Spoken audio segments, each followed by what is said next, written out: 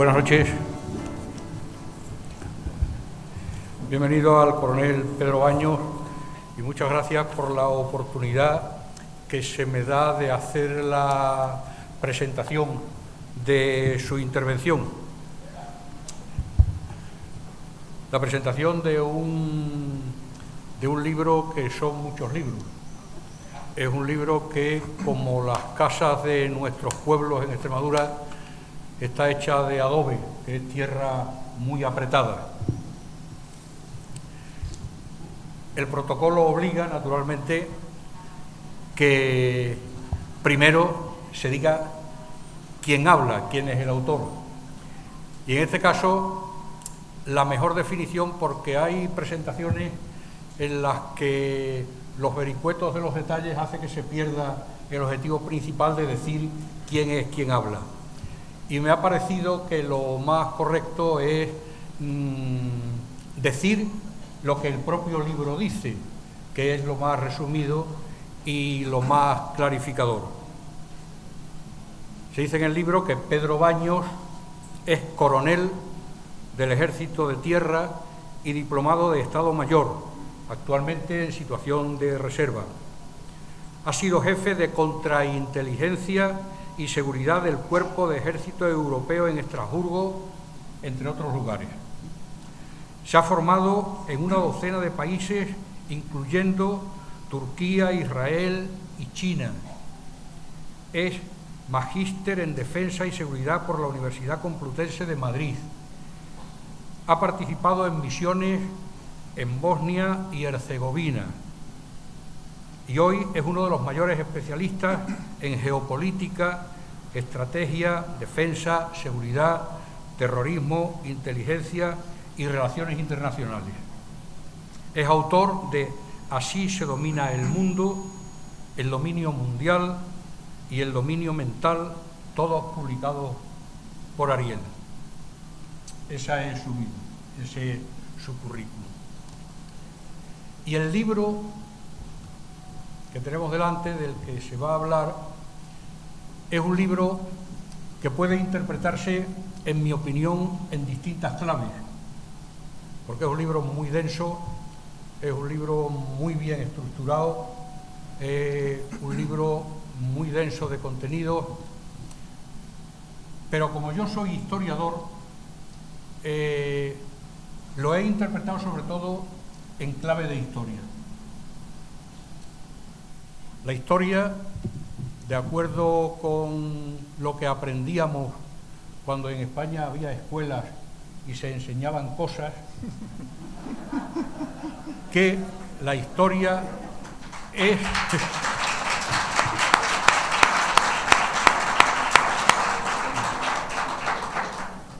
Aprendimos que la escuela es el relato cronológicamente ordenado de las cosas que han acontecido o ha protagonizado el hombre. Es decir, la historia, desde este punto de vista, es una ciencia o un arte que se hace mirando hacia atrás, mirando al pasado, con las herramientas del historiador, que son el archivo, el documento, la investigación, la información, y a partir de ahí, con el aditamento de otros muchos elementos, la interpretación, la valoración. Esto ha sido la historia tradicionalmente. Al socaire de la historia tradicional, la historia que se hace mirando al pasado, hay otra historia en la que yo también modestamente soy protagonista como cronista oficial de la ciudad de Badajoz, que es la aportación de material y de datos para el historiador. El cronista es alguien cuya fuente de información es él mismo. El cronista habla de lo que ha visto o de lo que le han contado personas de testimonio fiable.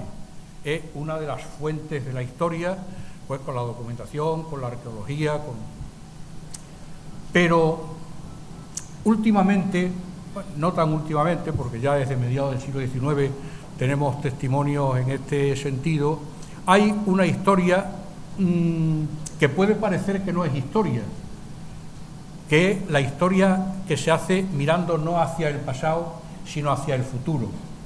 La historia interpretativa de alguna manera. La historia, como yo digo, que se hace desde la cofa de los galeones, como aquel Rodrigo de Triana que atisbaba a ver qué veía en la distancia. Y a esa historia es a la que en mi encaje tiene lugar este libro tremendo, que a mí me parece un libro tremendo, encrucijada mundial, encrucijada histórica, porque no se trata de hacer ucronía. Uno de los elementos fundamentales del historiador es ceñirse a lo que es, porque, como decía Parménides, lo que es y lo que no es, ni puede ser. No cabe interpretar qué hubiera pasado si en un determinado momento se hubiera tomado una decisión distinta de la que se tomó, y mucho menos puede hacerse de cara al futuro.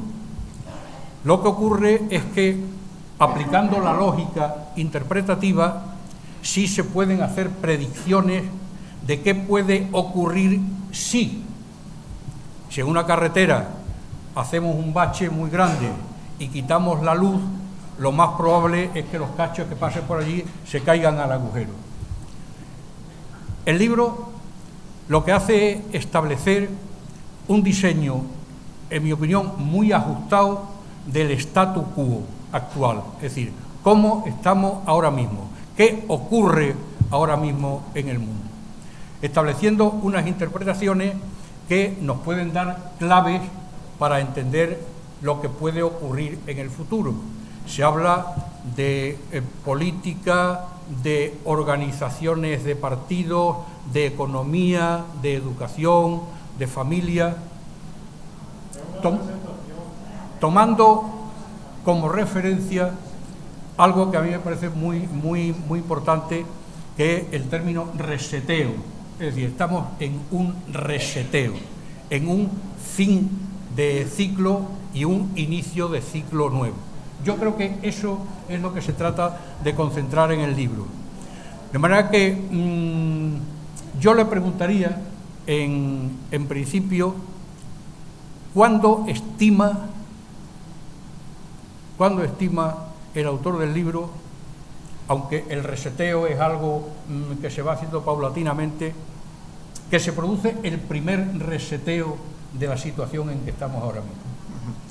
Pues muchísimas gracias, Alberto, por la amable presentación.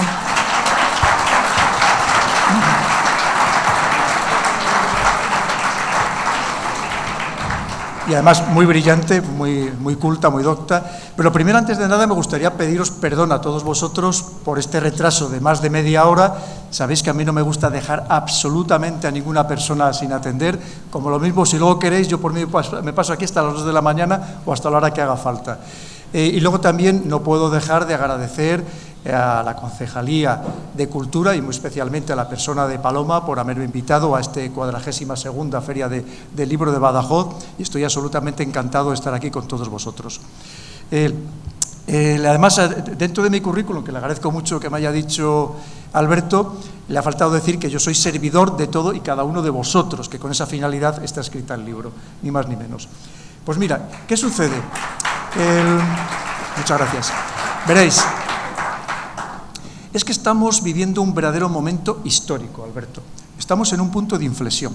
Lo que pasa es que, como lo estamos viviendo, y tampoco es que esto se produzca de la noche a la mañana, no somos plenamente conscientes de ello. Esto es como si a alguien le preguntáis, a alguien que hubiera vivido la Revolución Francesa o cualquier otro gran acontecimiento que ha dado origen a grandes cambios, a profundos cambios. Pues claro, eso no se producía un día, como digo, para el otro. Llevaba un tiempo, semanas, meses, años. Y esto es lo que nos está sucediendo. Pero claramente estamos viviendo un gran reseteo en todo, en muchísimas circunstancias. Y sobre todo en el ámbito geopolítico. Pensar que lo que estamos viviendo, y antes lo he comentado con alguna de las personas que habéis estado ahí en la firma de los libros, de cómo había un orden establecido, y nos lo están diciendo todas las grandes autoridades mundiales, como dicen, un orden establecido basado en reglas, un orden establecido también teniendo en cuenta un contexto geoeconómico muy determinado, muy concreto, y de repente eso se está desmoronando. No, ya prácticamente está desmoronado en gran medida, porque lo que estamos viendo es un traspaso de poderes, un desequilibrio de los poderes con respecto a lo que había, de un gran imperio que lo dominaba todo, que era Estados Unidos, y de repente se encuentra con un grandísimo adversario, que es China, que le está comiendo el terreno en cada vez más ámbitos, básicamente en tres: tecnología, finanzas y economía, que al final están íntimamente relacionadas y es la que configura todo. La economía es la que manda, la que al final la que establece las nuevas normas. Y eso es lo que está cambiando a una velocidad inusitada. Porque es cierto que estos cambios de imperios, que podíamos hablar, que a lo largo de la historia habrá habido una quincena de ellos, de estos cambios, pero que se produzca con tanta rapidez nunca jamás, como ahora está sucediendo. ¿Esto qué significa? Que al final nos afecta a todos, porque vivimos en un mundo hiperconectado, en un mundo globalizado, en el que cualquier cosa que sucede, incluso en la parte más remota del planeta, vemos como cada vez más nos afecta de una forma más instantánea y más universal. Y este es el gran cambio de paradigma que en realidad lo está modificando todo. Que hay otros en paralelo, porque es que además es que se están juntando muchísimas circunstancias, extraordinarias circunstancias, que como digo, el mundo siempre, como se dice, ha sido VUCA, volátil, ambiguo, incierto, complejo, pero que se produzcan con esta rapidez los acontecimientos y que además se junten tantísimos a la vez, nunca se había producido, porque estamos viviendo otro cambio increíble, que es todo lo relacionado con la tecnología. Todo esto que nos parece que ahora dice, no, es que ahora a ver si ponemos coto a la inteligencia artificial. Digo, a buenas horas. Si esto no se le va a poder poner coto, porque lo mismo que cuando empezó Internet lo considerábamos incluso torpe, inútil. Yo os podía contar una anécdota. La primera vez que utilicé Internet allá en el año 1993 fue en la sede del Parlamento Europeo, en Bruselas. En mitad de un pasillo había un ordenador, una mesa y una silla. Y un día pregunté, ¿y esto qué es? Dice, pues algo que llaman Internet. Y un día me senté y me pareció lo más inútil del mundo. Claro, entonces pensar que debía haber como 300 páginas web. Pues esto es lo que está pasando hoy todavía con la inteligencia artificial. Cuando hay quien dice, es que le he preguntado al ChatGPT y la respuesta que me ha dado es un poco absurda. Digo, sí que esto está empezando.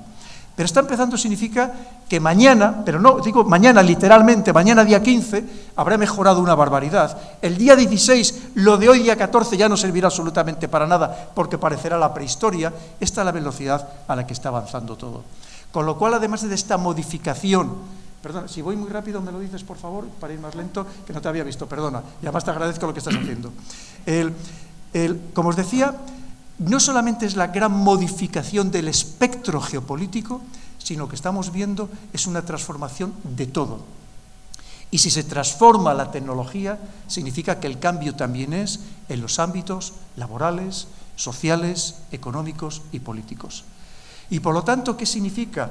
Que tenemos que estar todos muy alertados de lo que está pasando, de efectivamente intentar hacer ese pronóstico, que es muy difícil, de lo que puede pasar, pero un mañana que no está muy alejado, que es inmediato. Y por eso veréis que en las soluciones que doy en el libro, una de ellas que ha chocado mucho, que me lo han preguntado muchas veces, es que teníamos que crear un ministerio del futuro. Pero un ministerio del futuro no a 50 años vista, prácticamente inmediato, porque los cambios van a ser radicales. Y tenemos que tener líderes capaces de entender estos cambios, de modular estos cambios, para ser capaces de seguir satisfaciendo las necesidades e intereses de todos y cada uno de los ciudadanos, sin que nadie quede en absoluto atrás. ¿Qué es lo que puede suceder?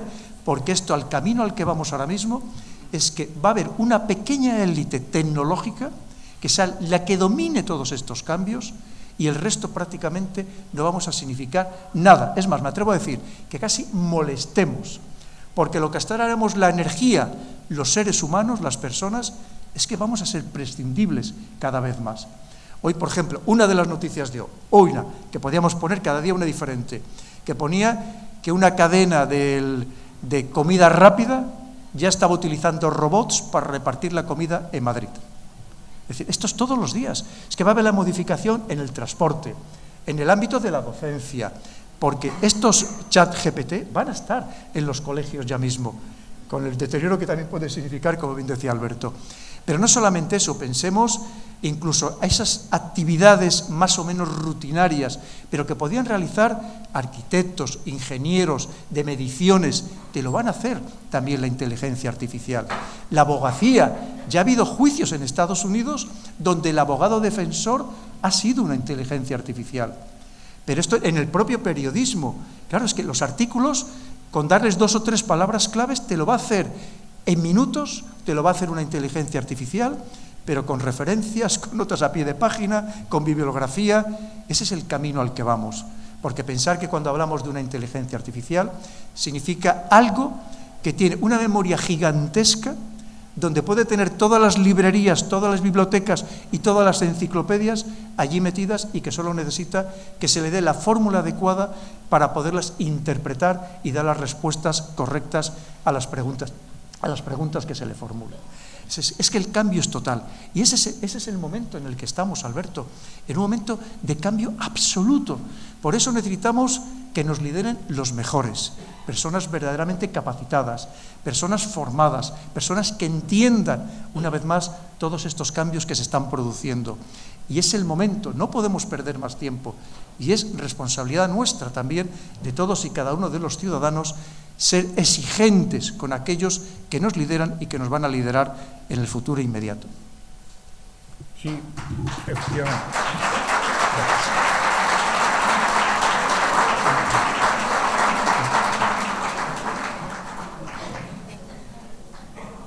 Efectivamente, cuando uno está dentro de lo que está sucediendo, no se entera. Tú has comentado una anécdota del Parlamento Europeo, creo que ha sido cuando has dicho de Internet. A mí personalmente me pasó igual. Yo estaba en París en mayo del 68 y no me enteré de lo que había ocurrido hasta que volví a España y leí el Paris Match. Allí yo no me enteré. En mi opinión, ese fue un momento clave en ese periodo de preparación tan largo. Yo creo que todo lo que está ocurriendo, o parte de lo que está ocurriendo importante, es el mayo del 68. Y después creo que el reseteo, el botón del reseteo, fue el COVID o la COVID, como tú has dicho. Digamos, ¿cómo se puede interpretar? Claro, si me permites, fíjate, Alberto, creo que la pandemia y el confinamiento lo que hizo fue acelerar tendencias que ya se venían manifestando. Por ejemplo, con el tema del confinamiento, especialmente en España, se ha dado un fenómeno que es habituarnos a buena parte de la población a las compras por Internet, a las compras electrónicas.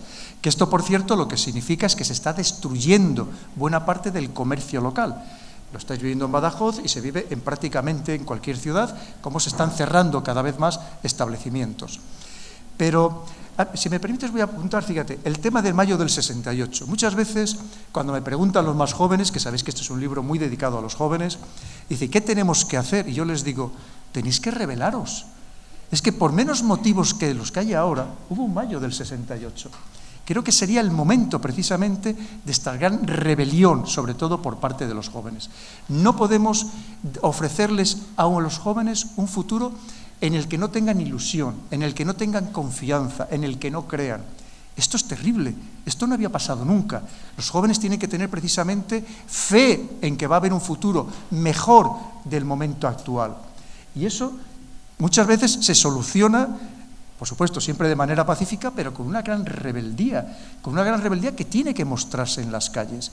Yo entiendo que ahora mismo hay un gran apaciguamiento de los jóvenes con los dispositivos electrónicos, con los TikTok, con todas estas cosas, con el móvil que parece que no somos capaces de levantar la vista de él. Sabéis que los estudios dicen que hay quien se pasa 6, 7 y 8 horas diarias viendo el móvil, y muchos jóvenes, en muchos casos adolescentes, que los padres creen que se han echado a la cama a dormir y en realidad siguen viendo el móvil hasta altas horas de la madrugada, ¿no? Eso también es importante. Y hay otro tema también que no quiero que se me olvide, que lo has apuntado al principio y que además te han aplaudido merecidamente, que es el tema de la educación. Es que eso es absolutamente clave. Si queremos tener un futuro, hay que tener una buena educación. Es que eso es el verdadero futuro. Sabéis que yo las soluciones estas que planteo, la primera de ellas, ¿de qué es de lo que hablo? De educación, pero de verdadera educación, donde se recupere la capacidad de esfuerzo, se fomente el trabajo, todo lo que de verdad nos ha llevado a ser lo que somos. Es que parece mentira que no preguntemos a nuestros padres, a nuestros abuelos, cómo levantaron España.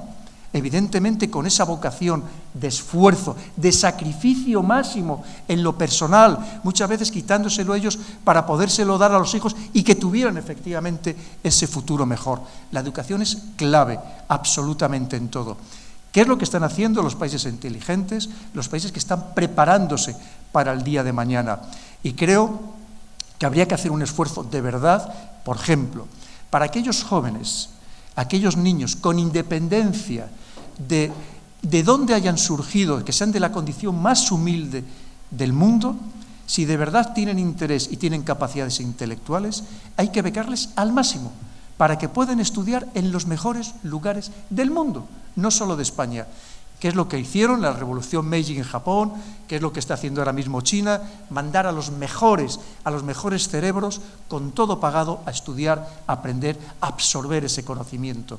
Y esto hay que hacerlo con mucha seriedad, porque una vez más es preparar el día de mañana. Un día de mañana que lo estamos viendo, que va a ser muy complicado, que va a ser cada vez más competitivo, donde esa competición va a ser absolutamente a muerte, y si no tenemos esa juventud bien preparada, ilusionada, desde luego lo vamos a tener terriblemente complicado.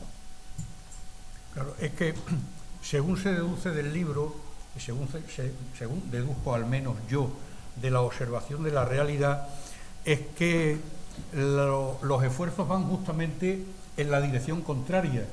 Y hoy leo, por ejemplo, en el periódico que varios partidos políticos se han puesto de acuerdo y están haciendo muchos esfuerzos para lograr lo que llaman la educación universal, es decir, que los niños vayan a una guardería a partir de los 0 años. Si a esto unimos la configuración de los programas educativos, se ve claramente que hay una intención de manipulación, quizá para que la educación sea en lo instrumental cada vez mejor, pero en lo humanístico, que es una cosa a la que te refieres mucho en el libro, es decir, estamos perdiendo aquel aforismo clásico de que el hombre es el centro de todas las cosas, ¿no? Y yo me temo que de lo que se trata precisamente es de anular esa capacidad de decisión y hacer cada vez más difícil un levantamiento, una revolución. Sí, una vez más esto creo que tenemos que abordarlo de una manera de Estado. Es decir, abandonar las ideologías, la politización de todas estas situaciones y verlo como configurar el presente, pero para preparar el futuro. Eso creo que es la clave absolutamente de todo. Esto no tiene nada que ver, como digo, con las ideologías, que además sabéis que como militar soy apolítico y lo que quiero es el bien colectivo para todos y cada uno de los españoles. Pero es que eso es fundamental, esa educación en la que verdaderamente se nos prepare para el mañana, pero has dicho también algo muy interesante, Alberto, sin perder el humanismo. Porque lo que no podemos, y yo pongo un decálogo al final del libro que hablo precisamente de eso, claro, que lo que no podemos permitir es que la tecnología vaya por delante de la ética y de la moral, que eso es lo que nos ha configurado también como colectividad, en lo que ahora mismo estamos aquí en esta sala o en este receptáculo, es precisamente el sentirnos humanos, sentirnos colectividad, que nos apoyamos los unos a los otros, que somos un grupo interesado en salir a flote todos a la vez. No una vez más esa élite que domina la tecnología y que nos esclavice a los demás.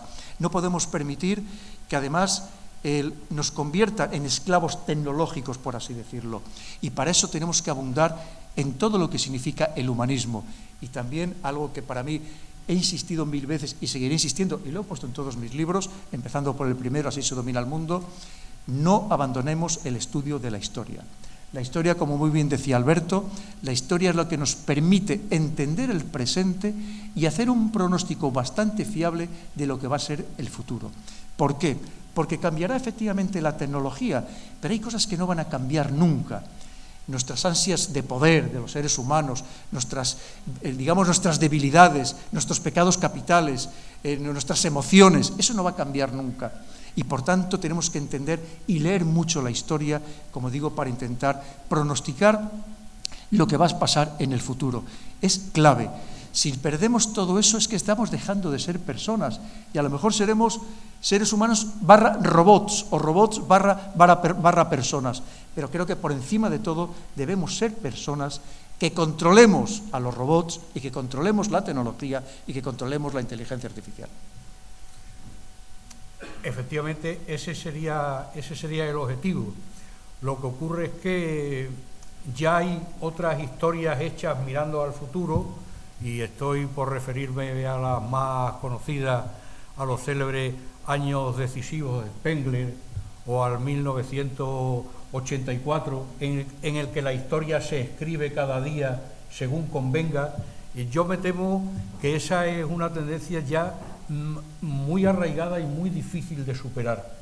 Pero lo podemos hacer. Es verdad que tenemos que hacer un esfuerzo todos. Es decir, antes lo comentábamos a mediodía comiendo, que es que hemos entrado en un estado de narcotización social que a veces que nos cuesta trabajo responder. Es muy curioso, porque estoy convencido de que si hoy hablara con todos y cada uno de vosotros de manera individual, me daría cuenta, como siempre me doy, de que todos somos mucho más sensatos, más inteligentes, estamos más despiertos de lo que parece.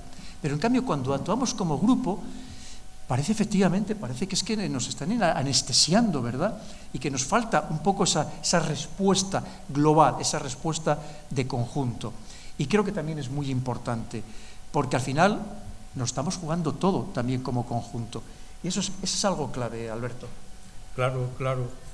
Pero yo personalmente soy bastante escéptico en cuanto a la posibilidad de revertir la tendencia. Yo mucho me temo que al final va a quedar como erróneo aquello que se atribuye a Lincoln y a Churchill y a los distintos autores, de que no se puede engañar a todos, todo el mundo. Yo me temo que se está engañando ya a todos, todo el mundo. Sí, la frase dice, puedes engañar a 1000 personas un día, pero no puedes engañar durante 1000 días a una persona. Y es cierto que hoy nos engañan durante 1000 días a las 1000 personas, es cierto. Porque pensar que nunca el poder ha tenido tantos medios a su disposición para manipularnos como hoy. Precisamente por esa hiperconexión que antes comentábamos, lo sencillo que es manejarnos no solo a través de los medios tradicionales, de los medios digitales, sino a través de las redes sociales. El problema es que cada vez hay más personas que se informan solo y exclusivamente a través de las redes sociales, muy especialmente los jóvenes, y están total y absolutamente manipuladas. Y tenemos que decirlo bien claro. Y por eso tenemos que intentar hacer un esfuerzo también por buscar otras fuentes de información. Sé que muchos de vosotros, porque me lo habéis dicho, pues veis estos programas de YouTube, que sabéis que muchas veces los cancelan, los eliminan, pero que intentamos hacer un esfuerzo por aportar otras realidades. ¿Que todos podemos estar equivocados? Por supuestísimo, aquí nadie tiene la ciencia infusa ni tiene la verdad absoluta, ¿no? Pero que desde luego hay que intentar hacer ese esfuerzo por ir más allá de aquello que nos quieren sistemáticamente imponer. Pero creo que siempre debemos mantener esa fe, que es verdad que es muy difícil salir de estas dinámicas, tremendamente difícil, pero creo que tenemos que seguir intentando, Alberto. Sí, en eso estamos. Lo que ocurre es que, hombre, a lo largo de la historia, sabes perfectamente, ha habido muchas revoluciones, unas revoluciones en forma de algarada, violenta, otras más sutiles, revoluciones hechas siempre desde arriba, no desde abajo. Es decir, porque incluso la Revolución Francesa a la que tú hacías referencia, que parece que la hicieron la Sans-Culotte y tal, aquello estaba perfectamente. Y lo reflejas tú en el libro perfectamente, esos centros ignotos de poder, de toma de decisiones, de marcadores de rumbos, pues no sé, Davos, Heidelberg, el Club de Roma, cuando no se sabe, como militar, bueno, ese es un elemento principal, ¿no? En fin, nos descubrimos el pecho y vamos a tomar la trinchera, pero cuando no hay trinchera, ¿qué tomamos? ¿Cómo nos defendemos? Y yo me temo que estamos en esa situación. Mira, en el penúltimo libro, el que he escrito que se titula El poder, que es un poco reinterpretar la obra del Príncipe de Maquiavelo, yo leyéndolo, porque aquí muchas veces solamente vemos la parte esa maquiavélica de Maquiavelo, valga la redundancia, pero Maquiavelo también nos habla del príncipe bueno, que curiosamente era Fernando de Aragón, Fernando el Católico. Y claro, yo pensaba, digo, si ahora mismo Maquiavelo levantara la cabeza, se quedaría asustado por lo que está sucediendo, pero por lo que está sucediendo no por lo que nos están haciendo, sino por la falta de respuesta ciudadana. Pensar que por motivos mucho menores de algunos de los grandes escándalos que estamos viviendo, nacionales y europeos, se habían asaltado parlamentos, se habían atacado a las autoridades, por mucho menos. Porque Maquiavelo nos decía que, por ejemplo, una de las labores principales del príncipe era la protección de la vida, la hacienda y la honra de los ciudadanos. Y hay veces que claramente nos están deshonrando, pero a base de un escándalo tras otro. Lo que pasa es que son tantos, tan frecuentes, y además el siguiente está mucho mayor que el anterior, que es que ya no le damos importancia, lo normalizamos, los hemos interiorizado y ya, efectivamente, si es que al siguiente dice, pero si ya no sé, el Tito Berni, de estas cosas que dice, ya parece que ya fue prehistoria, ¿no? No, ya ha sido ayer y que todavía está ahí, podía estar en el candelero y en cambio parece que desaparece. Pero efectivamente ahí es cierto que hemos entrado en este estado una vez más de pasividad social y política que es preocupante. Es preocupante porque hay muchas cosas clarísimamente que mejorar y lo estamos viendo, me lo comentáis todos vosotros. Pensar que este libro, si me lo permites, Alberto, este fue un libro que me ha llevado 2 años de trabajo. Yo tengo la fortuna de cada día estar en un sitio distinto, hablando con personas de todas las ideologías, de todas las posiciones sociales, políticas, pero me daba cuenta que cuando hablaba individualmente con las personas, como hoy, que me venís, que cada uno me contabais un poco vuestra vida, que había muchas preguntas, había muchas cuestiones, había muchas inquietudes que eran recurrentes, que eran las mismas. Daba igual que fuera en Pamplona, que fuera en Cádiz, que fuera en La Coruña, me contaban lo mismo y con independencia, como os digo, de la filiación de esa persona. Entonces, es lo que he querido trasladar en el libro. Pero claro, todo eso decíamos, ¿y cómo lo solucionamos de una manera que no esté absolutamente ideologizado, dogmatizado? ¿Qué es lo que teníamos que intentar desprendernos? Porque hay problemas muy graves. Ahí lo ponemos, tenemos el tema de las pensiones, sin ir más lejos, que no se está abordando de una manera estructural. Tenemos el tema de la soledad, algo que nos preocupa cada vez más a todos. Pensar que hay lugares de Europa donde más del 50% de las personas ya viven solas. Esto es un drama terrible, porque además si vives solo y no tienes con nadie con quien compartir o simplemente con quien debatir lo que estás viendo en la televisión, eres mucho más fácilmente manipulable, además de todos los problemas físicos y psicológicos que se generan. Hay problemas muy graves y esto no es una cuestión de ideologías, no es una cuestión de siglas, es una cuestión de sociedad, de ver cómo en conjunto podemos encontrar soluciones. Y para eso es verdad que necesitaríamos algo absolutamente clave, que serían políticos que nos hablaran de unión, que no nos hablaran de desunión, que no nos hablaran de polarización, como estamos sufriendo. Porque si estamos polarizados, estamos rotos. Y si estamos rotos, nos pueden llevar por el camino que quieran. Claro, yo creo que esa es y lo dices muy bien en el libro, porque las sociedades, los colectivos han sido, y tú le dedicas mucha atención al papel directivo de las excelencias, de las aristocracias intelectuales, de los más preparados. Parece como si estuviéramos ahora sometidos a la ley anti-Darwin, en la que triunfan y progresan no los mejores sino los peores. Y tú haces una serie de sugerencias en el libro, en la entrevista o en alguna entrevista has dicho, alguna de mis ideas me puede que haga que me tachen de revolucionario, porque efectivamente algunas son revolucionarias. Por ejemplo, el hacer unos cursos de formación para políticos, el hacer una oposición para políticos, porque por una parte enumera a 9 clases de políticos, pero por otra parte te refieres a 3 de una manera, hombre, podría decirse inmisericorde o podría decirse muy realista. Es decir, ¿quiénes son los que se dedican a la política? Entendiendo por quienes se dedican a la política son los que dirigen.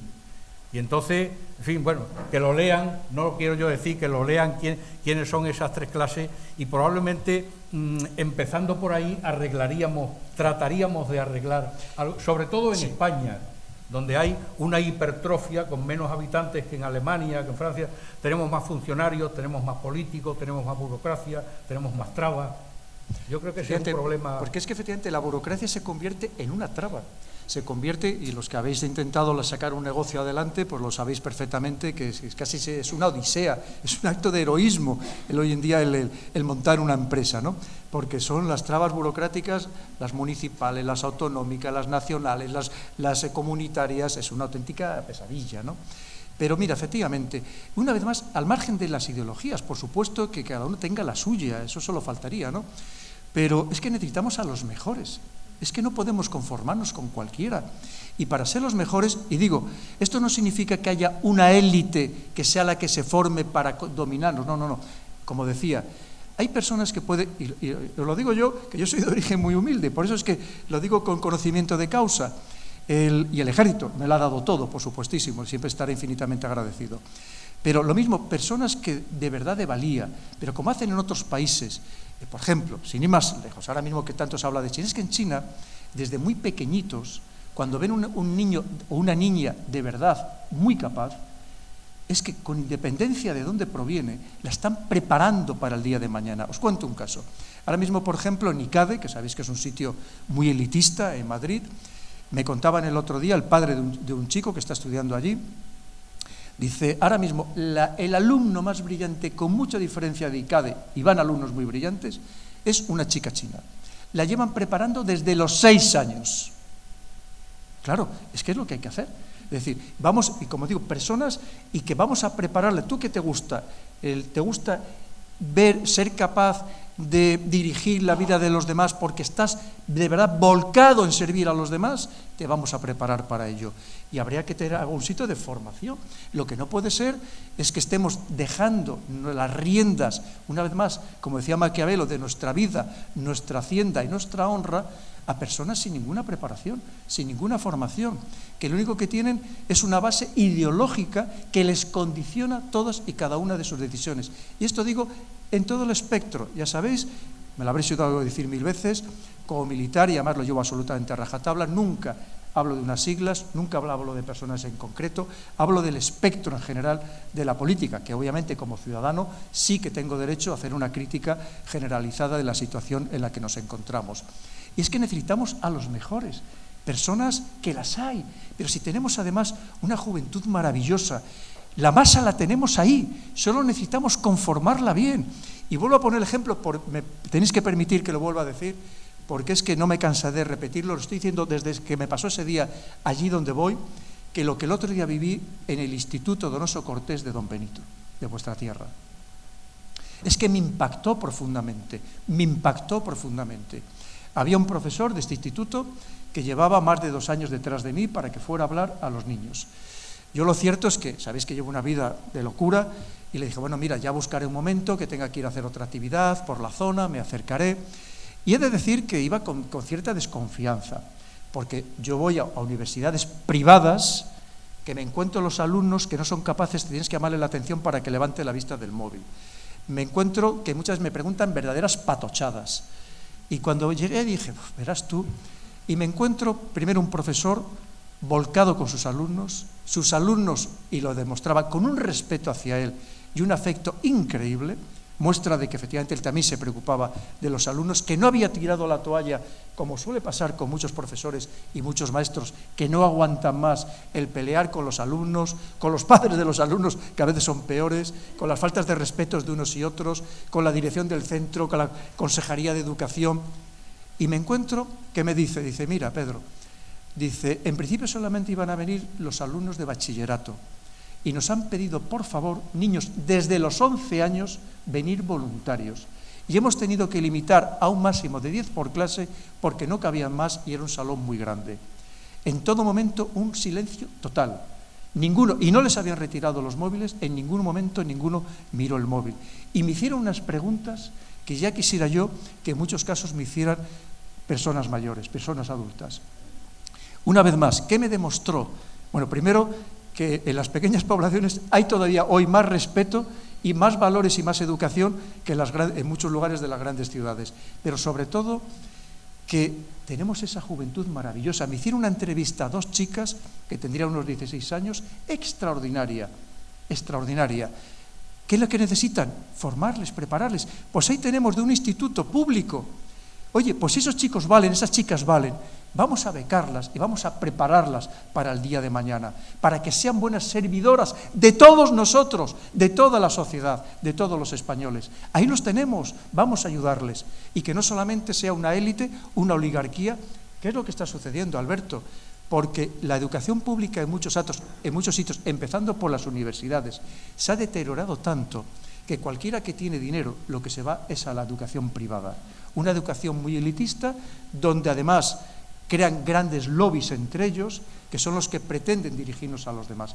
Creo que tenemos una vez más que ser capaces de tener una buena educación pública, pero una educación pública exigente, donde se exijan también los profesores, donde apoyemos a los profesores, precisamente para que no existan estas faltas de respeto y de disciplina, y que efectivamente esos jóvenes sean verdaderamente el futuro que necesitamos para el día de mañana. Efectivamente.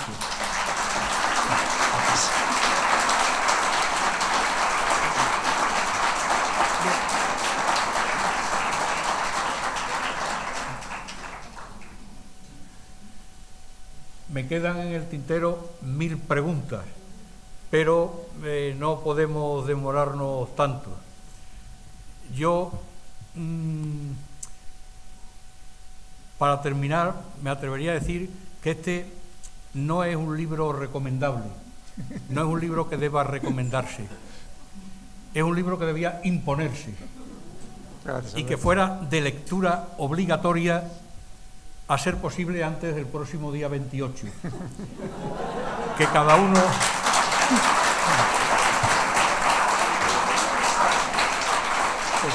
Si me permites, sabes que sacó la editorial, porque este libro me tuvieron que quitar como 200 páginas porque me había extendido y ya era bastante grueso, ¿no? Y además la editorial es cierto que ha hecho un gran esfuerzo por contener el precio, pensando que es un libro de buena calidad, buenas pastas, en fin, con sobrecubierta. Pero yo le pedí, por favor, que había una parte que me parecía que era clave, pensando ahora en las elecciones, y efectivamente sacó un librillo, en una edición especial, que son unas 80 páginas, que venía de regalo, con la 5ª edición, es que duró nada, o sea, fue al día siguiente de ponerlo en las tiendas, ha desaparecido. Y es una pena, no sé si lo querrán reeditar, porque precisamente era de cómo teníamos que votar. Y no hablábamos de siglas, hablamos de cómo teníamos que votar. Leyendo los programas electorales, pensar que a la persona que hemos votado cuáles son sus antecedentes, si ya previamente te ha mentido descaradamente, si es una persona honrada, si es una persona que ha estado involucrada en grandes escándalos, digo, de todas las siglas. Entonces, claro, que votemos de una manera inteligente, reflexiva. Es que nos estamos jugando el futuro.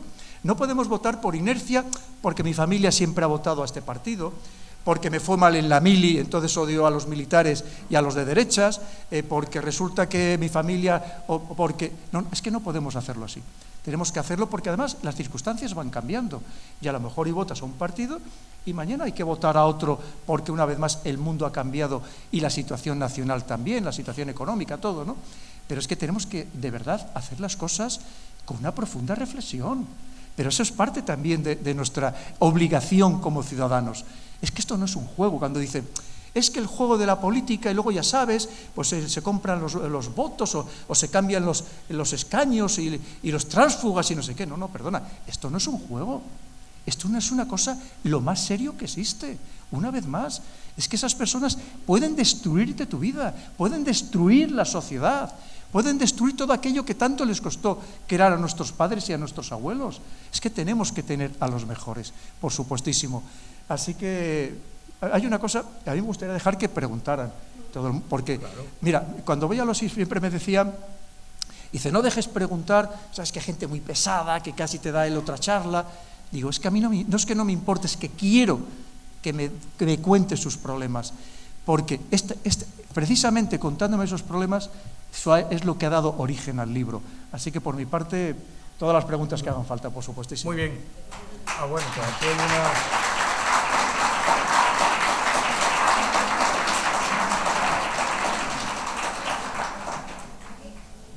Aquí tenemos a esta señora. Muchas gracias por estar aquí, Pedro. Ha sido todo un honor conocerte, aunque para mí eres de mi familia. Carmen, ¿verdad? Sí. No me he olvidado de tu nombre. Gracias. Te llevo siguiendo desde hace muchísimo tiempo. Antes has hablado de que la juventud debería ya rebelarse y salir a la calle a exigir pues muchas cosas que estamos perdiendo y que ha costado muchísimo tiempo ganar. Y la pregunta que te voy a hacer igual no tiene relación, aunque yo pienso que sí. El estar inmersos en este mundo global, en la globalidad. Yo he hablado con mucha gente joven y como que hemos perdido un poco, o han perdido ellos un poco, la visión de patria, de país, de ser de un sitio, ¿no? Entonces quizá esa globalización, ese vernos de todos sitios, no hace que los chavales pierdan un poco la conciencia de unión, de país, porque cuando hablas de la patria, de ser patriota, enseguida te tachan de facha. Entonces quizás están un poco confundidos en ese tema. Totalmente, Carmen. Mira, más de verdad, como suelo decirse, te agradezco enormemente que me hagas esta pregunta o este comentario, porque es clave. Verás, lo primero es que tenemos que entender cuando nosotros decimos esto pasa en el mundo, ojo, pasa en Europa y como mucho en el mundo occidental. No está pasando en todo el mundo. Y el mundo es mucho más amplio de lo que somos nosotros como europeos o como occidentales. Esto es algo que quiero dejar muy claro. Nosotros somos unos 500 millones de habitantes, los europeos. El mundo occidental, como mucho, su extensión más amplia, podemos ser 1.000 millones. Piensa que hoy en el planeta ya somos más de 8.000 millones de personas. Esto no está pasando a nosotros. Nosotros, en cierto modo, hemos alcanzado el cenit de la civilización y estamos en la pendiente, en la cuesta abajo. Hemos entrado en un materialismo, en un nihilismo, en una banalización, relativismo de todo. Eso es lo que nos está pasando a nosotros, efectivamente.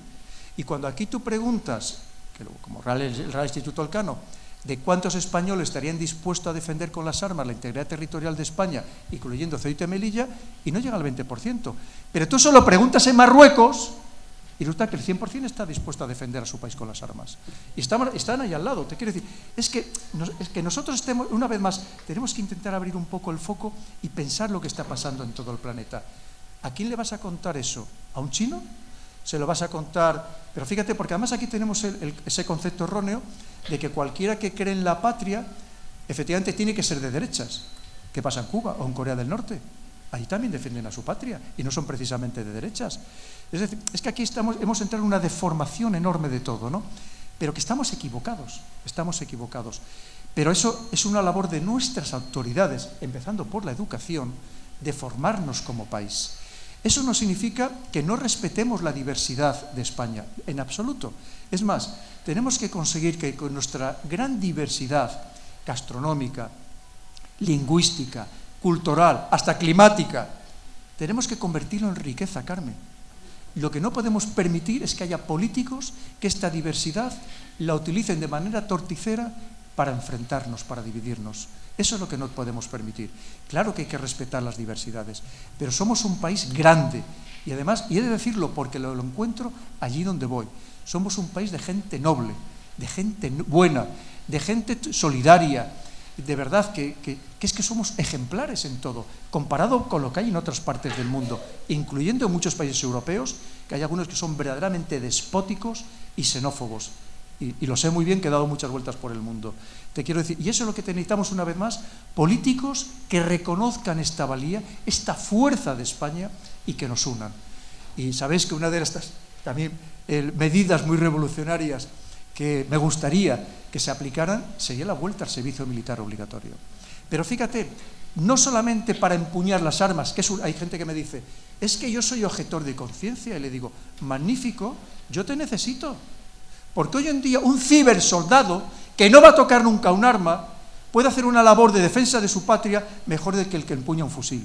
Hay muchas maneras de defender la patria, hay muchísimas maneras, tremendas. Fíjate, solamente con hacer una buena contranarrativa a aquellos que permanentemente atacan a España y a la hispanidad, fíjate si ya podríamos hacer una buena labor. Pero sobre todo, lo que serviría para conocernos entre nosotros, porque evidentemente los jóvenes irían por distintas partes de España, más allá de su propia comunidad, porque uno de los problemas que nos encontramos es que al estar transferida la responsabilidad de la educación, es que hay jóvenes que no saben la historia o la geografía más allá de su comunidad, que no saben dónde nacen los ríos fuera de la frontera de su comunidad. Esto es un drama. Esto es un verdadero drama, y eso precisamente nos serviría para unirnos todos, para que no nos digan que el resto de España tenemos cuernos y tenemos rabos. No, somos todos exactamente iguales, y hemos sido un pueblo grande y tenemos que seguir siendo un pueblo grande, y precisamente es lo que tú dices. Por eso te digo que lo que has dicho tú hoy creo que es lo más importante probablemente, Carmen, de todo lo que hemos hablado aquí esta noche. Muchísimas gracias.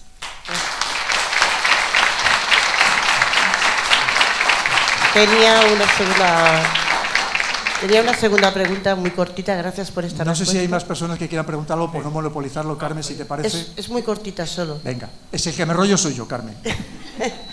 ¿Qué podemos hacer cada uno de nosotros como ciudadanos individuales para mejorar un poco? Porque claro, uno en televisión escucha en todos los programas y piensas, pero ¿yo qué puedo hacer como ciudadana para poner mi grano de arena para que España...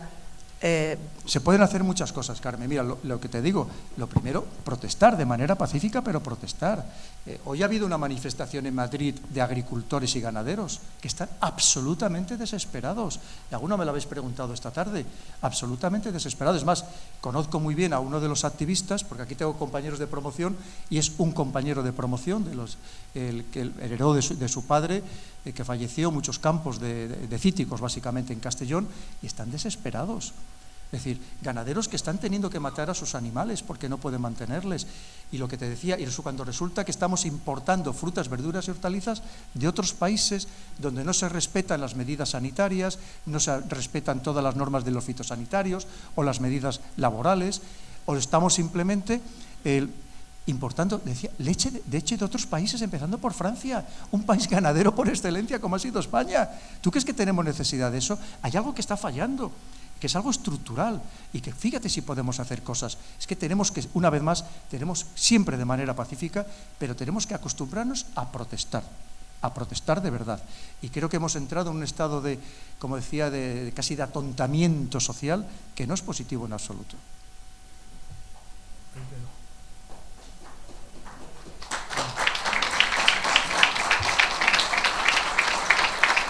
Gracias. Buenas noches y muchas gracias por estar aquí.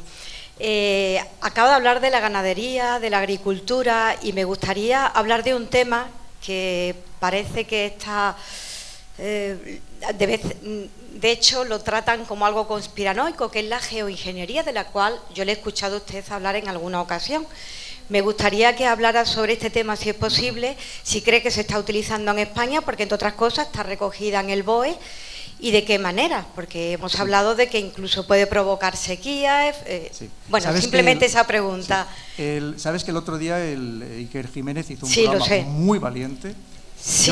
Yo no participé porque la verdad es que es un tema que no domino, no entra dentro de mis temas. Vamos a ver, que la geoingeniería existe, sí. Que se puede modificar, no el clima, el tiempo, es decir, de manera temporal, tanto evitar, por ejemplo, que llueva o que granice, de muchas maneras, lanzar todo tipo de productos químicos a la atmósfera, hasta con bombas de sonido para evitar, por ejemplo, las granizadas. También se puede hacer todo lo contrario. Hoy viene una noticia, sin ir más lejos, que Estados Unidos quiere implementar unos sistemas para propiciar las lluvias.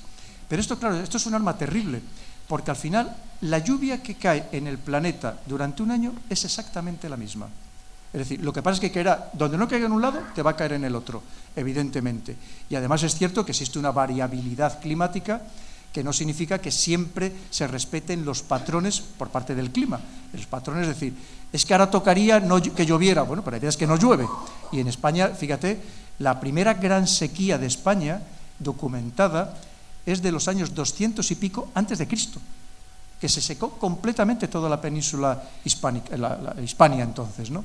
Y si lees, por ejemplo, a los grandes clásicos romanos, a Plinio, a Mela y Estrabón, cuando habla de la península ibérica, te dice que había sitios que solo daban esparto de lo seco que estaba todo.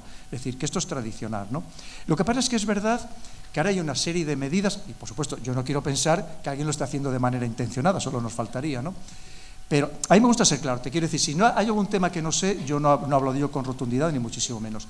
Pero es verdad que llama mucho la atención que, por ejemplo, se estén destruyendo todos estos, los azudes, las presas, los embalses, precisamente en este momento. Es decir, que por un lado te están diciendo que estamos sufriendo una gran sequía, que es cierto que es relativa, porque hoy los pantanos están, antes de incluso que empezara a llover estos días, estaban al 55%, cuando después de la gran sequía, que yo la viví en Toledo y se secaron hasta los chaparros del campo de maniobras de la Academia de Infantería, del 90 al 96, que algunos acordaréis, la media de los pantanos en España no llegaba al 25%. Y el otro de la semana pasada, cuando estuve en Oviedo, y tengo los vídeos que os los puedo mostrar, por ejemplo, el pantano de los barrios de Luna, en León, estaba al 100%. Y yo ese pantano en el año 2017 lo he visto seco completamente. Hay un club náutico y el pantanal que tiene lo he visto en el suelo completamente. Te quiero decir que es relativa a partes de España que evidentemente lo están pasando mal. Pero en este contexto que te están diciendo tan extremo, parece que no tiene mucho sentido destruir todas estas presas, ¿verdad? Que las presas acumulan sedimentos, esto no es de ahora, esto se sabía desde la época, vamos, desde siempre, ¿no? Por supuestísimo, que es uno de los problemas que existen. Pero claro, no parece lo más sensato en estos momentos en concreto. Yo quiero pensar que quien está haciendo esto lo está haciendo con algún juicio, quiero pensar, pero lo cierto es que cuando hablas con personas que de verdad saben de estos temas, como por ejemplo Javier del Valle, que estaba el otro día en el programa, que es doctor en climatología, y que fue presidente de la Confederación Hidrográfica del Ebro y que algo sabe de agua, él te dice que esto no tiene ningún viso de sensatez en absoluto. Es lo que te puedo decir. Sí, pero este señor concretamente confirmó hace unos años que se estaba utilizando yoduro de plata y que se desconocían las consecuencias y era precisamente para evitar la lluvia o el granizo. Entonces estamos viendo que estos últimos años en España unas nubes químicas o estelas químicas, de hecho en Badajoz, no sé si los que estamos aquí presentes lo han visto, el viernes pasado, unas nubes circulares, por decirlo de alguna forma, porque yo creo que eran estelas. Ha habido gente que ha llamado, usted que es militar, han llamado a la base aérea y no han sabido explicar a qué correspondían. Entonces, creo que es un tema que se debería tocar, claro, y como sé que usted lo ha tocado, por eso le quería preguntar. El otro día, si no participes, porque de verdad te digo con sinceridad que yo no soy experto en este tema, yo lo que sé es de oídas de referencia a lo que me cuentan pues estas personas que sí que son científicos. De hecho, mira, te voy a contar, Javier del Valle ha escrito un libro, que además lo he escrito con mi anterior editorial, con Rosa Merón. A la editorial le han amenazado para que lo retire de las librerías.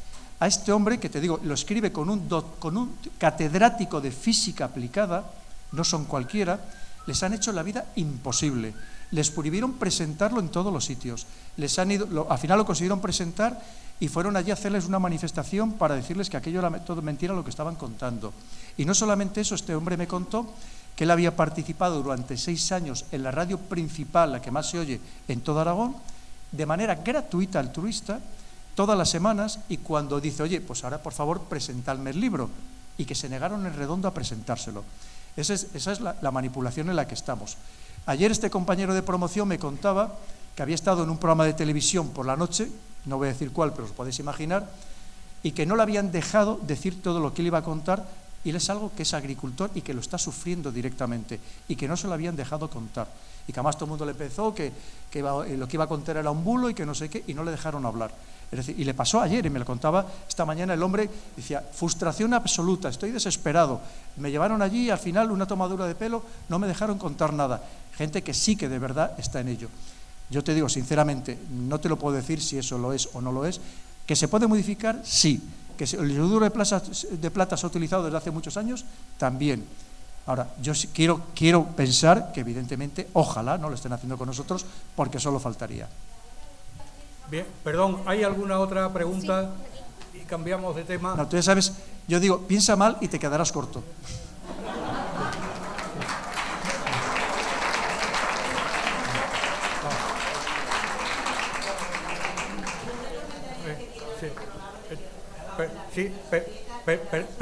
Perdón, ¿le pasan allí la...? ¿Sí? Hola, coronel, buenas noches, soy Samuel, ya nos conocemos. Muchas gracias por estar aquí en Badajoz. Bueno, se ha mencionado la palabra elecciones. Como sabe, hay un país que ahora mismo está en proceso electoral y que es un país muy importante, que es Turquía.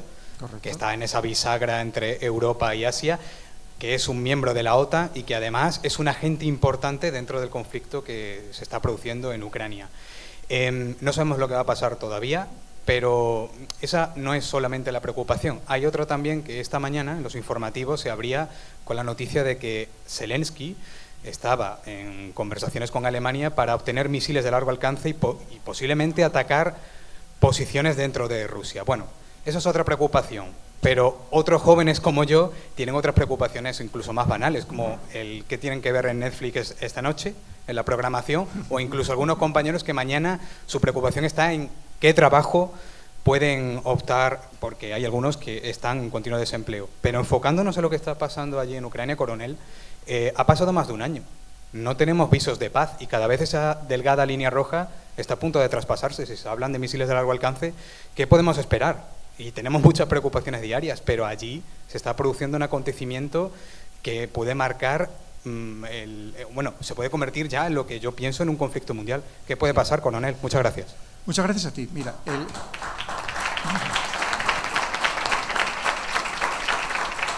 es que has tocado muchos temas que nos daría para hablar mucho rato. Turquía.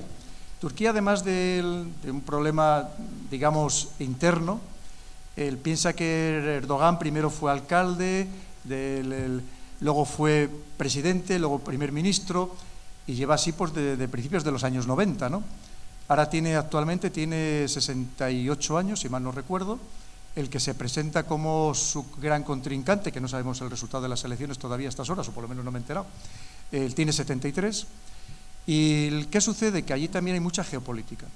Sabes que ahora mismo Turquía se negaba a que el último país que quería ingresar en la OTAN, que era Suecia, después de Finlandia, entrara porque Suecia ha acogido a muchos kurdos y Turquía está en guerra con los kurdos, en guerra abierta, con los kurdos que existen en su país y con los kurdos de los países de alrededor, como es el caso, por ejemplo, de Siria. Y entonces, como reconocía a los kurdos, Suecia, pues entonces Turquía no permitía el acceso de Suecia en la OTAN. Porque para ingresar en la Alianza Atlántica, todos los países ya miembros tienen que autorizar ese ingreso.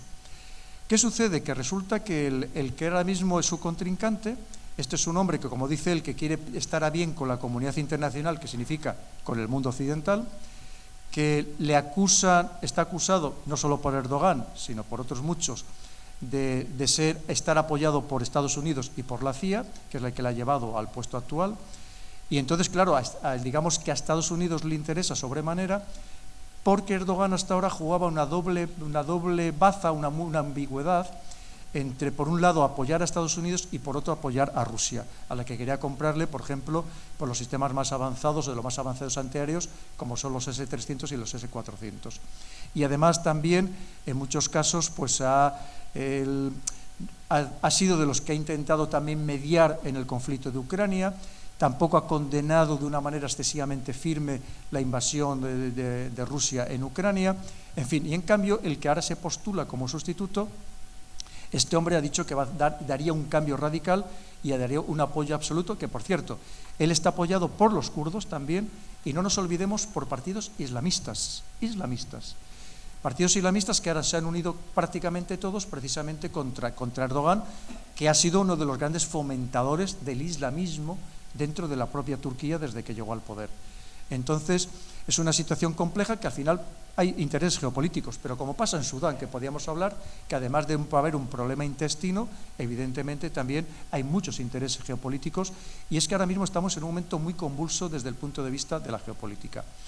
Hablabas de Ucrania. Ayer la Alemania ha aprobado otra ayuda de otros 6.000 millones de euros, incluyendo enviar otros 30 carros de combate Leopard. Sabes que hace pocos días ya el Reino Unido le ha enviado, ya le ha empezado a enviar, y dice que va a enviar más, misiles de crucero de largo alcance de hasta 500 kilómetros de distancia, dependiendo de la cabeza que lleven, que pueden llevar hasta 400, 500 kilos de explosivo de TNT, y los Adol Storm a Ucrania. Esto simplemente es echar más leña al fuego, evidentemente, porque aquí de lo que nadie está hablando, empezando por nuestro jefe de la diplomacia europea, no está hablando de paz. Si habéis oído, lo tenéis el vídeo circulando por las redes, que decía que incluso los europeos teníamos que dejar las prestaciones de las pensiones o de pensar en nuestra sanidad, en nuestra educación, para enviar más armas a Ucrania. Entonces, eso lo está diciendo el jefe de la diplomacia. Y el plan de paz de China, que es verdad que es muy astuto y que podíamos desmenuzar esos 12 puntos y pues también muy ambiguos. Sabéis que al final Estados Unidos no ha querido saber nada, ni otros países nada. Hoy, si habéis visto las declaraciones de Zelensky visitando al Papa, lo que ha dicho es que no quiere que el Papa medie en una negociación, porque lo que quiere es recuperar todo su territorio, incluyendo Crimea. Entonces, es que lo tenemos muy complicado, porque una vez más, recordar que allí no solo es un enfrentamiento entre Rusia y Ucrania, es una verdadera guerra mundial la que allí se está librando. Y tenemos que decirlo con rotundidad. Y el problema es que nos han metido a toda Europa, incluyendo a España, y también no me cansaré de repetirlo, que si mañana se generaliza, Dios no lo quiera, seríamos los primeros que entráramos en guerra, porque en Letonia, en la frontera con Rusia, tenemos fuerzas terrestres y carros de combate, que son la primera vez que han salido en toda la historia de España, de nuestras fronteras, carros de combate, además de los aviones que ya llevan tiempo en la patrulla del Báltico. Quiere decir que estamos en una situación muy, muy crítica, con una Polonia también muy crecida, amparada por el mundo anglosajón, donde sabéis que está construyendo un ejército que quiere llegar a tener 500.000 de efectivos, 500.000 de soldados, una auténtica barbaridad, y que además con unas inversiones algunos de estos países en defensa que no corresponden ni siquiera con su capacidad económica, teniendo en cuenta que, por ejemplo, los países bálticos llegan a tener una inflación del 25%, el que menos creo que la tiene ahora mismo del 18%.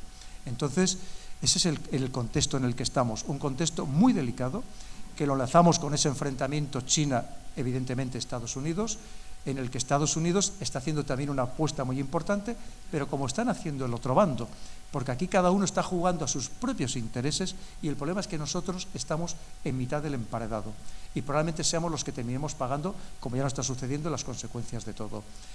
Pero claro, fíjate que es que estamos hablando del otro bando, que ya no solamente es China, no solamente es Rusia, es todo ese conjunto de los países BRICS, en los que además hay otros 19 países que ya se han postulado para unirse, y probablemente en la próxima reunión que va a haber en agosto de estos BRICS finalmente ingresen en esta nueva alianza mundial, que además ya tienen un Producto Interior Bruto superior al de los G7, que se siguen considerando a sí mismos los países más industrializados del mundo, y evidentemente en gran medida ya no lo son.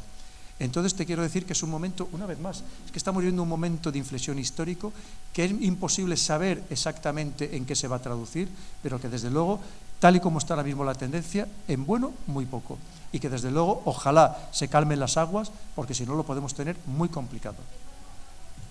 Pues una vez más, lo primero, es que llama mucho, ¿a ti no te llama la atención que políticos que decían que cuando llegaran al poder iban a disolver el Ministerio de Defensa y de repente están aumentando, duplicando los presupuestos de defensa? Pero entonces, es que una vez más tenemos que saber a quién votamos, evidentemente. Pero, pues, y si no, como me decían, votar en blanco, que al final también ayuda, ¿no? De alguna manera. Bueno, preguntar por favor de uno en uno, que si no nos liamos. Dime. Buenas noches, Pedro. Yo quería seguir hablando de geopolítica, ya que ha abierto el melón de Ucrania. ¿Qué hay que ver con Marruecos? ¿Se invierte en Marruecos para que prospere? ¿Estados Unidos sigue teniendo injerencia ayudando a Marruecos a que prospere? ¿Argelia? ¿Qué pasa aquí? Sí. ¿Va el futuro ¿De aliado? ¿Hay un posible de aliados con Marruecos o es enemigo para siempre? Sí, mira, es que es un tema también que nos da para hablar muchas horas y que no se puede simplificar en 5 minutos. Por favor, siéntate si es tan amable. Muchas gracias. Mira, ¿qué sucede? Las relaciones con los vecinos siempre son complicadas y lo veréis en vuestro propio edificio, ¿no? No hay que ir mucho más lejos, vuestra propia comunidad. Pero claro, una cosa es el intentarte llevar bien y otra cosa es ser condescendiente en exceso. Sobre todo con culturas, que son culturas diferentes, que ellos no entienden el que tú seas generoso o el que tú seas amable, el que tú seas desprendido, que ellos lo ven simplemente como algo de debilidad, como te ven como vulnerable. Y además es verdad que Marruecos, yo lo he dicho 1000 veces, lo ha hecho muy bien para él, ha conseguido grandes apoyos internacionales, ahora mismo se siente fuerte y sabe que en cierto modo nos puede seguir coaccionando, básicamente porque tenemos 3 intereses relacionados con Marruecos que para nosotros son muy importantes.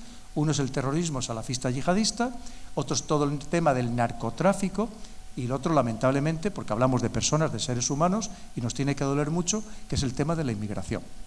Entonces él sabe que tiene unas herramientas muy poderosas para podernos presionar. Y si encima tiene muy buenos apoyos internacionales y además está invirtiendo en defensa, está comprando incluso medios de los que nosotros carecemos, pues evidentemente ahí tenemos el problema servido. Eso no tengamos ninguna duda. ¿Qué necesitamos una vez más? Pues políticos firmes, verdaderos estadistas, que es lo que necesitamos. De tal manera que tú te intentes llevar bien con todo el mundo, pero entiendas su idiosincrasia y sepas plantarte en un momento determinado. Pensar que el otro día nos decía, lo dijo en la prensa, la exministra González Laya, que no digamos que es verdad que lo hizo bien en el tema de Gali, de este dirigente del Frente Polisario, pero ella decía que había sido Marruecos la que había ordenado a nuestro gobierno que la cesara. Te quiero decir, ¿eso es admisible? Evidentemente no. Es decir, hay muchas cosas que no podemos permitir. Y hay muchas cosas que además tenemos que trasladar a nuestros ciudadanos. Trasladar cuando a vez que alguien dice, como recientemente el presidente del Senado, el marroquí, que Ceuta y Melilla son suyas y que en cualquier momento se apoderan de ellas, aquí tenemos que tener una buena contranarrativa. Y no la tenemos, esa es la realidad. Entonces tenemos que ser, una vez más, políticos que, como yo digo siempre, y esto lo tengo en muchas entrevistas en prensa, que tengan mano de seda, pero en guante de hierro, porque si no, desde luego, que sepamos que nos van a seguir toreando y lo van a seguir haciendo. Muy bien. Pues no, ahí hay una pregunta más. Venga, pues una última que, sí, más que nada por el que se quiera marchar, que ya os digo, yo no tengo ninguna prisa, estoy a vuestra disposición. Pedro, me quedo yo contigo. Ah, Alberto, oye, muchísimas gracias, muy amable.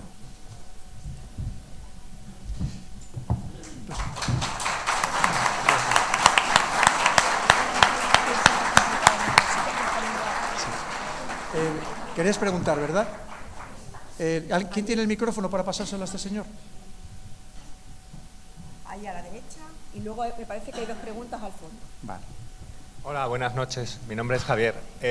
La pregunta es muy sencilla. Es sobre unos vídeos que he visto de José Antonio Zorrilla y quería saber si me han llamado mucho la atención. He estado leyendo sobre lo que ha dicho y quería saber su opinión sobre, bueno, pues la tendencia que tiene Europa de irse hacia Rusia con Napoleón, con eso. ¿Qué ocurriría si cae la tercera Roma, como dicen?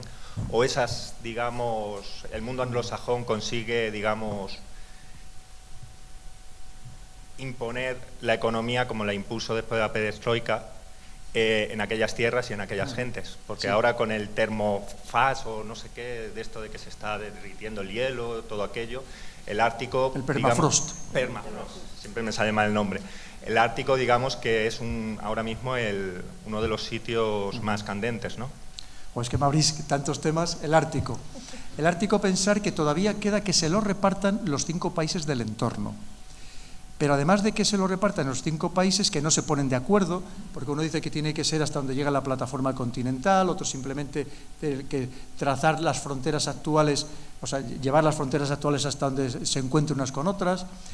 Pero, por ejemplo, China ha dicho que también quiere que le repartan parte del Ártico. Claro, y es que ahora China, con lo potente que es, pues igual hasta lo consigue que le repartan una parte del Ártico.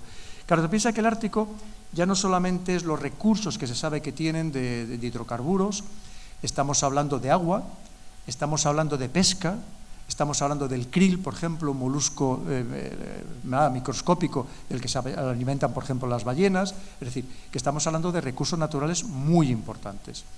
Y es cierto que además ahora ya, desde hace ya 3 años, ya se permite, ya es posible el paso de buques de gran calado durante todo el año, sobre todo por los 2 pasos, el que controla Rusia, que para eso Rusia también construyó unos rompehielos de propulsión nuclear de más de 65.000 caballos de potencia. Entonces, claro, es que el Ártico tiene una importancia enorme actualmente, enorme. Pero, ya te digo, es que piensa que es que ahora hay muchas cosas en juego. En el momento tú me has hablado de la economía, pero es que la economía, el problema es que quien la está transformando es China junto con Rusia. Que está una revolución total. ¿Cuál es? Pues, que nos daría para hablar, tengo muchas horas, voy a intentarlo simplificar. Tú piensas que el poder de Estados Unidos su columna vertebral es la economía. Y cuando hablamos de economía, hablamos del dólar. Todo lo demás que tiene, sus 18 servicios de inteligencia, el Pentágono, con todo lo que significa, está para reforzar esa columna vertebral. Y el problema es que se la están minando y se la están torpedeando. Porque están minando precisamente el dólar, que básicamente su fortaleza estaba basada en 3 parámetros. Por un lado, que era la principal divisa de reserva para muchísimos países, la práctica totalidad. Por otro lado, porque era la que se empleaba en la práctica totalidad de las transacciones internacionales. Y finalmente, por la venta de los bonos del Tesoro estadounidense. Entonces, claro, todo eso es que te podía dar todos los datos del mundo, porque lo sigo a diario. Todo eso se está desapareciendo. Entonces, Estados Unidos está muy nervioso, porque es que ese es su auténtico poder. Y sobre todo pensando que desde el 15 de agosto de 1971, cuando Nixon abandona el patrón oro, Estados Unidos ha seguido siendo la potencia que es, porque puede seguir imprimiendo dólares a capricho. Pero siempre y cuando nosotros los utilicemos. Pero ¿qué pasa si los dejamos de utilizar o se dejan de utilizar en el mundo en gran medida? Y cada vez hay más países, y a ti te voy a dar datos absolutamente exactos, de que están pasándose al yuan, o al petroyuan, o al yuan digital. Entonces, claro, es que esto es la guerra total. Porque al final lo de Ucrania no es ni más ni menos que un reflejo de toda esta situación. Tú fíjate si es grave todo lo que estamos comentando. Entonces, es que esto no es un juego, una vez más, ni mucho menos. Estamos en un cambio de ciclo absoluto, que no sabemos en qué va a degenerar, porque Estados Unidos lo que está intentando, claro, es no perder ese poder absolutamente dominatorio de todo el planeta que ha tenido. Y lo tiene muy complicado actualmente. Y lo que está buscando es el apoyo de sus socios y aliados para ver cómo sostiene ese poder, ese imperio. Y esos socios y aliados somos nosotros, evidentemente, ¿no? Y claro, con lo cual la situación es tremendamente tensa. Esto es lo que te puedo contar un poco por hacértelo de una manera absolutamente breve, pero que en cualquier caso, una vez más, que no se nos olvide que estamos en un punto de inflexión histórico, que esto que está pasando se estudiará en los libros de historia. Se desenvuelva como se desenvuelva, sea cual sea el resultado final, se estudiará en los libros de historia. Creo que al fondo.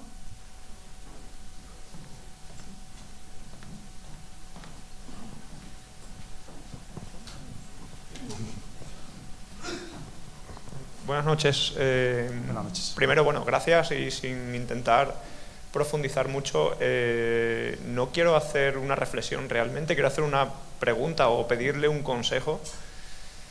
Y basándonos un poco en el ejemplo o las analogías que ponía usted antes, y tirando quizás de clásicos más orientales en vez de Maquiavelo, a lo mejor irnos a la parte más de Sun Tzu o algo así, todavía más antiguo, utilizando su campo de enorme experiencia y sobre todo que es una primera lanza de todo lo que es la inteligencia y la contrainteligencia, el consejo, la pregunta sería, si asumimos como símil que en geoestrategia siempre va a haber conflicto de intereses y gente que dice una cosa y juega otra, si en nuestro día asumimos que es parecido, es decir, todos los que aquí hemos aplaudido muchas iniciativas que esta noche se han dicho y estaríamos de acuerdo casi todos, vamos a asumir que hay gente, digamos, que es hipócrita o doble moralista y no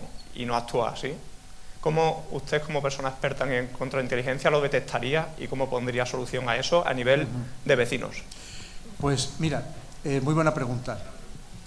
No es sencillo, porque hoy en día piensa que estamos en una situación de guerra. Y recordemos, ya que has citado a Sun Tzu, ¿qué nos decía Sun Tzu con respecto a la guerra? Nos decía, toda guerra se basa en el engaño. Y por tanto, lo que estamos viviendo es una abundancia de propaganda, de desinformación por parte de todos los bandos. Lo que pasa es que, claro, tú piensas que a ti la información que te llega principalmente, ¿de dónde procede? ¿Tú lees todos los días RT? ¿O lees Sputnik?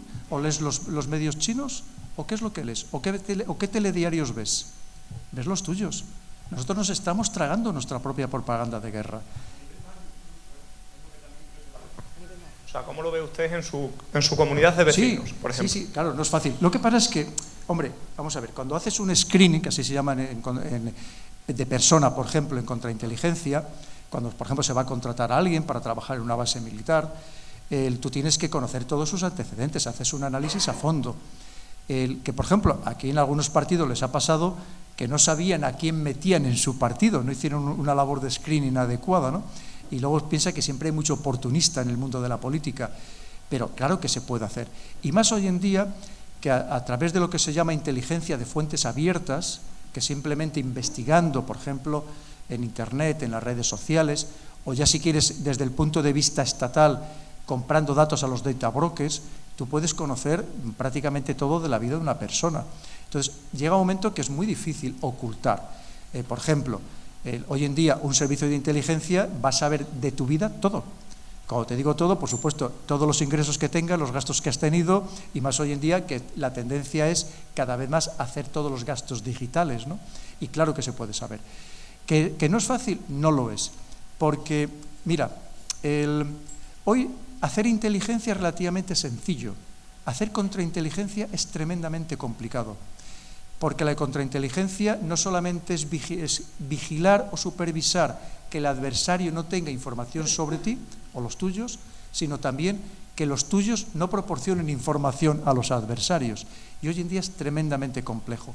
La labor de la contrainteligencia nunca ha sido tan difícil como hoy día. Por si te sirve de algo así, por decirte una respuesta corta.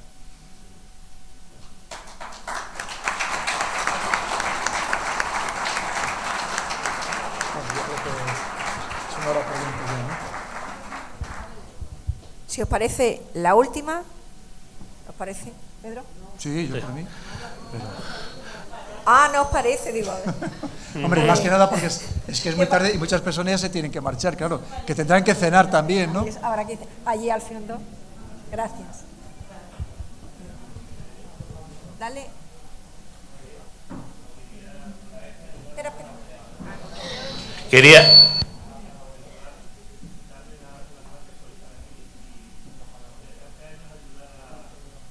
Espera, que se ha apagado.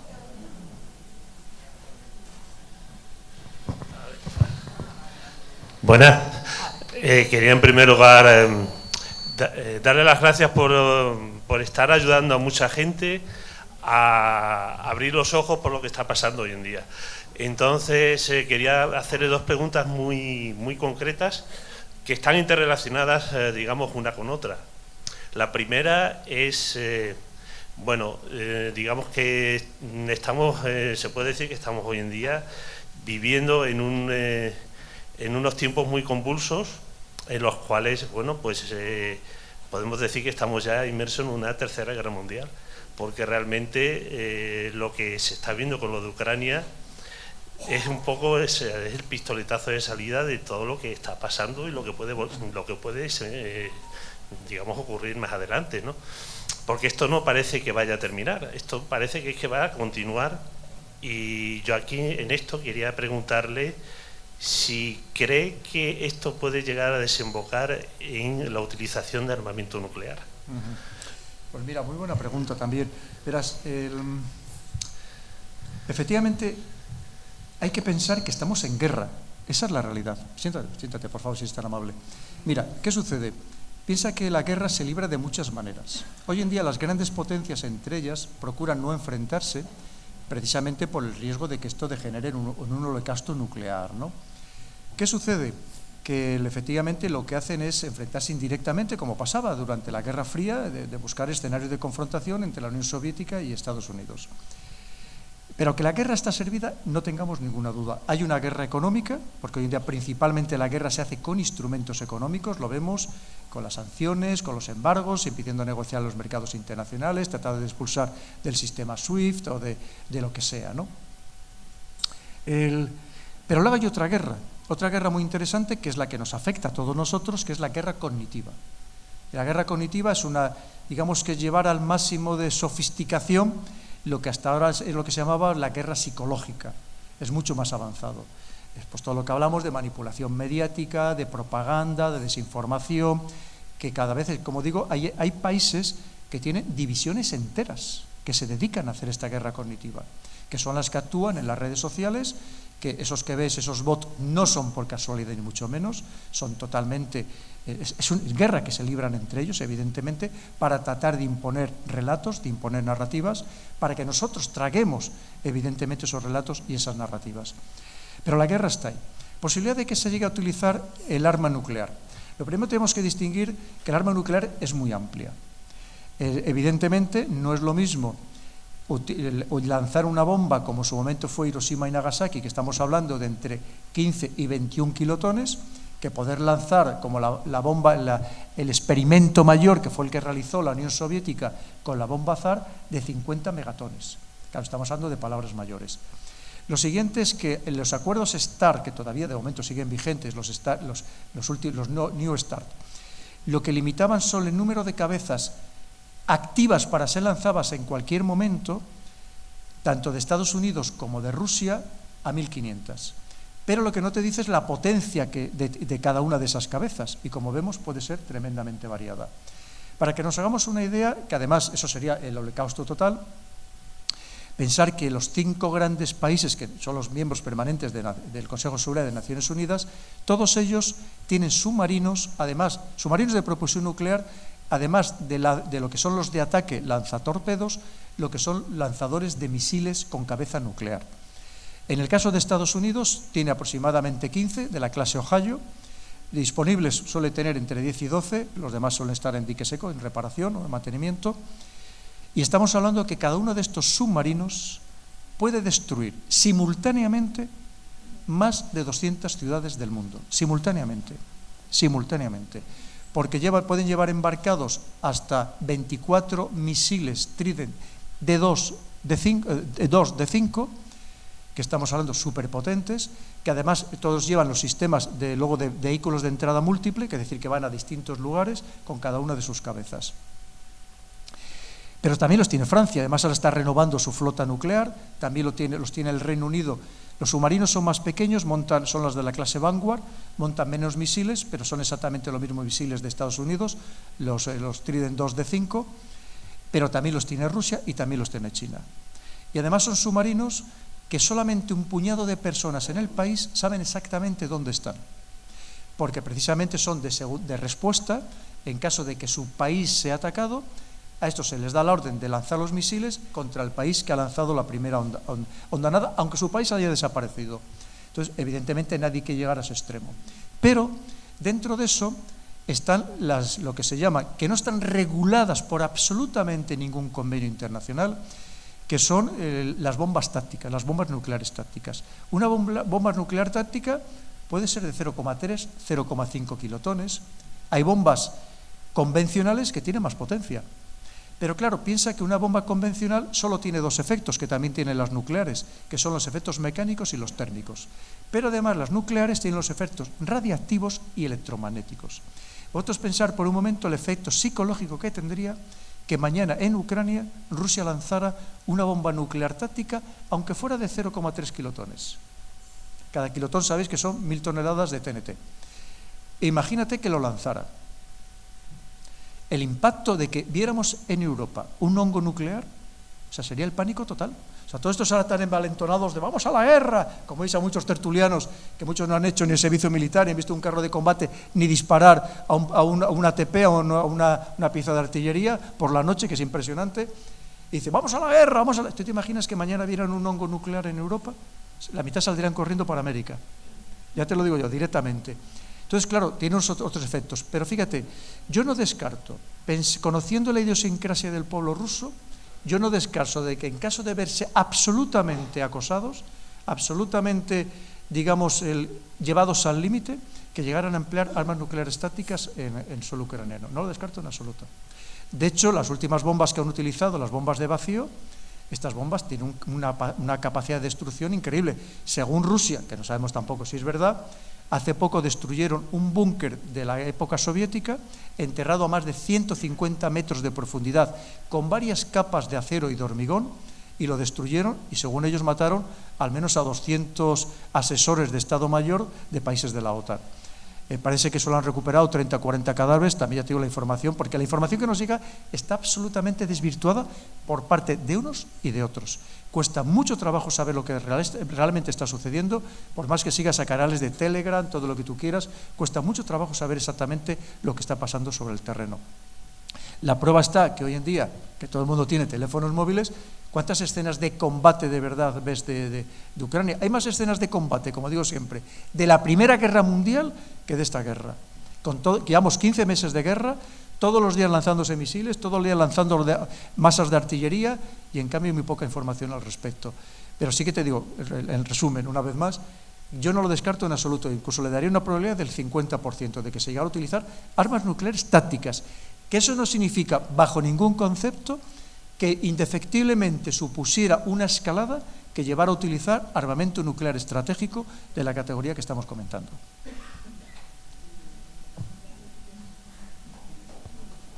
Bueno, no tengo ganas de acabar ya. Yo también tenéis derecho a ir a cenar a casa. Bueno, yo creo que con razón también los técnicos, las amables azafatas que aquí tenemos, las personas que nos han hecho el lenguaje de signos, que se lo agradecemos mucho, creo que también tienen derecho a descansar y irse a su casa. Ya os digo, yo por mí si queréis, seguimos hablando fuera, os sigo firmando libros, lo que queréis, que yo estoy a vuestra entera disposición. Muchas gracias.